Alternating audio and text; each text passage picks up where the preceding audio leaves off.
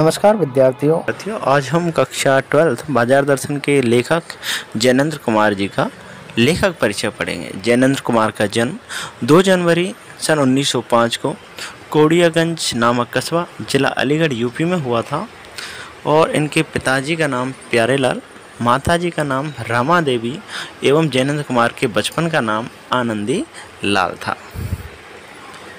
और इनके जन्म के महज 2 वर्ष बाद इनके पिताजी की मृत्यु हो गई और इनका लालन पालन इनकी मां रमा देवी और इनके मामा भगवान दीन ने किया था। इनकी प्रारंभिक जो शिक्षा है वो हस्तिनापुर के जैन गुरुकुल के अंदर हुई तथा इन्होंने अपनी शिक्षा है वो सन 1919 पंजाब से इन्होंने अपनी मैट्रिक परीक्षा पास कर ली। उसके बाद उच्च शिक्षा के लिए हिंदू काशी विश्वविद्यालय बनारस के अंदर एडमिशन ले लिया और एडमिशन लेने के कुछ वर्ष बाद ही जो भारत के अंदर असहयोग आंदोलन स्टार्ट हुआ था 1920 से 22 तक जो चला था, उसके अंदर सन 1921 के अंदर ये असहयोग आंदोलन से जुड़ गए।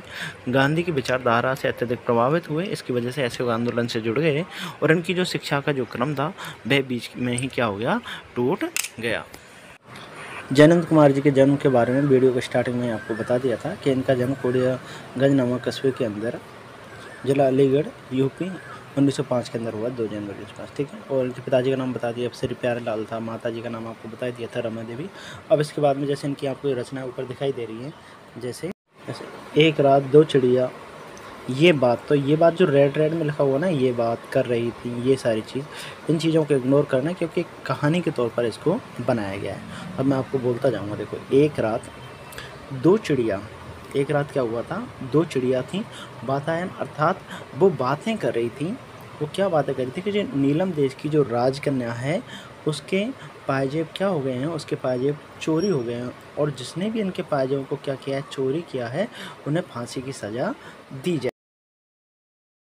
जैसे ही इस बात का पता सुनीता को चला कि जिसने पायजेब चोरी किए हैं उसे क्या की जाएगी, फांसी की सज़ा सुनाई जाएगी, तो सुनीता ने डर की वजह से अपना क्या दे दिया, त्यागपत्र दे दिया। तो जैसे त्याग पत्र दिया तो परख के लिए अनाम स्वामी के सामने क्या किया गया, अनाम स्वामी को नियुक्त किया गया कि भाई आप जांच करोगे आखिर किसने पायजेब चुराए हैं, उसी को फांसी की सज़ा दी जाएगी। और तो उसके लिए अनाम स्वामी के सामने प्रस्तुत प्रश्न लाए गए। फिर उन्होंने क्या किया, उस प्रश्न जो अनाम स्वामी थे उन्होंने सोच विचार किया और पूर्वोदय से पहले, जैसे सूर्योदय होता है ऐसे पूर्वोदय से पहले वो जड़ की बात अर्थात इस जड़ की बात पर पहुँचे कि कल्याणी और जयवर्धन जो है वो चोरी में बिल्कुल ही लिप्त नहीं है और इनको क्या कर दिया जाए, मुक्त कर दिया जाए। तो मुक्ति बोध। अब इनके जो पुरस्कार इनको मिले हैं उनके बारे में जान लेते हैं। देखो, सबसे पहले इनको जो मुक्ति बोध रचना है उसके लिए साहित्य अकादमी इनको पुरस्कार मिला था। एवं कौन सा पुरस्कार मिला, साहित्य अकादमी पुरस्कार इनको दिया गया था। आपको साहित्य अकादमी पुरस्कार है, इसकी फ़ोटो आपको दिखाई दे रही होगी। इसके अलावा भारत सरकार द्वारा इनको पद्म भूषण इनको पुरस्कार दिया गया था, जिसकी आपको फ़ोटो दिखाई दे रही है। इसके अलावा यूपी सरकार द्वारा भारत भारती सम्मान इनको दिया गया था। उम्मीद है आपको लेखक परिचय बड़ी आसानी से याद हो गया होगा और 2-3 बार अगर नहीं हुआ तो 2-3 बार आप एक बार इस वीडियो को, जहाँ से मैंने इनकी जो स्टोरी बताई थी, उसको बार क्या करें, एक बार दोहराएं और आपको 100% ये याद हो जाएगा।